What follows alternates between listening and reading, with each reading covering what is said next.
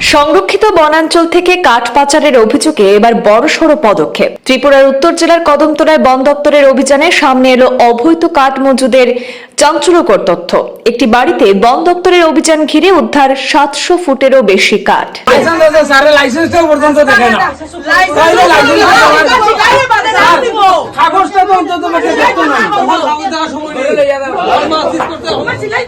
কাগজ দেখাইয়া তুমি পরে মাল আনিও। কাগজ দেখাইয়া মাল নিতে গেলে সারা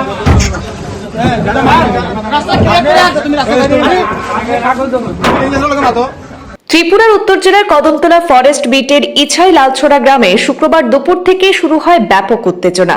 গোপন সূত্রে খবর পেয়ে বন দপ্তরের বিশাল বাহিনী হানা দেয় 2 নম্বর ওয়ার্ডের আব্দুল সমেদের বাড়িতে, যেখানে দীর্ঘদিন ধরে অবৈধভাবে চেরাই কাঠ মজুতের অভিযোগ উঠছিল। অভিযানের সময় বাড়িতে ঢুকতেই বনকর্মীরা বাধার মুখে পড়েন। বাড়ির লোকজন নাকি ধারালো অস্ত্র নিয়ে প্রতিবাদে দাঁড়িয়ে যান। পরিস্থিতি বেগতিক দেখে সঙ্গে সঙ্গে খবর দেওয়া হয় বিএসএফ এবং কদমতলা থানার পুলিশকে। তাদের উপস্থিতিতে বাড়ির বিভিন্ন ঘর, গুদাম এবং পেছনের অংশ থেকে উদ্ধার হয়েছে কমপক্ষে 700 ফুটেরও বেশি বিভিন্ন প্রজাতির চেরাই কাঠ। উদ্ধার হওয়া কাঠের বাজার মূল্য আনুমানিক 10 থেকে 12 লক্ষ টাকা হবে বলে জানিয়েছেন বন কর্মকর্তারা। বর্তমানে উদ্ধার করা কাঠগুলি জেলা বন দপ্তর বাজেয়াপ্ত করে তাদের হেফাজতে নিয়েছে। এই অভিযান শেষে এসডিএফও রাকেশ দাস সাংবাদিকদেরকে জানিয়েছেন, এটি সাম্প্রতিককালে জেলার অন্যতম বৃহৎ কাঠ উদ্ধার অভিযান। উদ্ধার করা কাঠ সংরক্ষিত বনাঞ্চলের কিনা তা খতিয়ে দেখা হচ্ছে। বাড়ির মালিকের বিরুদ্ধে বন আইনে মামলা শুরু হয়েছে। স্থানীয় সূত্র এবং বন দপ্তর জানায়, অভিযুক্ত আব্দুল সমেদ দীর্ঘদিন ধরে নিজের বাড়িতেই ক্যাবিনেট খুলে চালাতেন অবৈধ কাঠের ব্যবসা। তার এই ক্যাবিনেট আদৌ বৈধ কিনা তাও তদন্ত সাপেক্ষ। অভিযোগ আরো গুরুতর, সংরক্ষিত বনাঞ্চল থেকে কাঠ এনে বাড়িতে মজুত করেই তা বহিরাজ্য আসামে পাচার করা হতো। বন দপ্তর ইতিমধ্যেই মামলা রুজু করে তদন্তের কাজ শুরু করেছে। এত বড় পরিমাণ কাঠ কিভাবে মজুত হলো, কারা জড়িত, কোন রুটে পাচার হতো, সবই এখন তদন্তের আওতায়।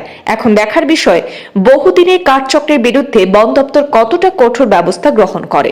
সুনির্দিষ্ট ইনফরমেশন ছিল যে এখানে বিপুল পরিমাণে কাঠ ওরা জমাকৃত করছে ওদের বাড়িতে।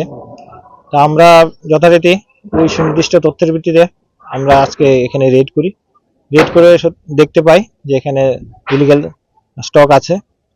তো আমরা যথারীতি ওই স্টকগুলিকে সিজ করি। আপনারা দেখতে পাচ্ছেন আমরা বিপুল পরিমাণে স্টক আমরা সিজ করেছি। আনুমানিক 10 থেকে 12 গ্রাম মাল হবে, আমরা যার বাজার মূল্য অনেকটা বেশি।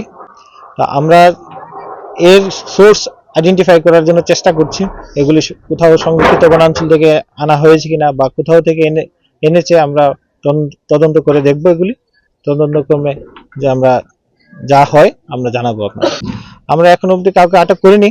আমরা এখানকার যারা বাড়ির মালিক ওনাদের নাম নথিভুক্ত করে নিয়ে যাব, আমাদের ইনকোয়ারি জারি রাখবো।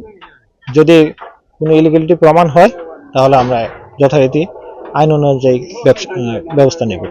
এটা ওদের ঘর থেকেই আমরা পেয়েছি।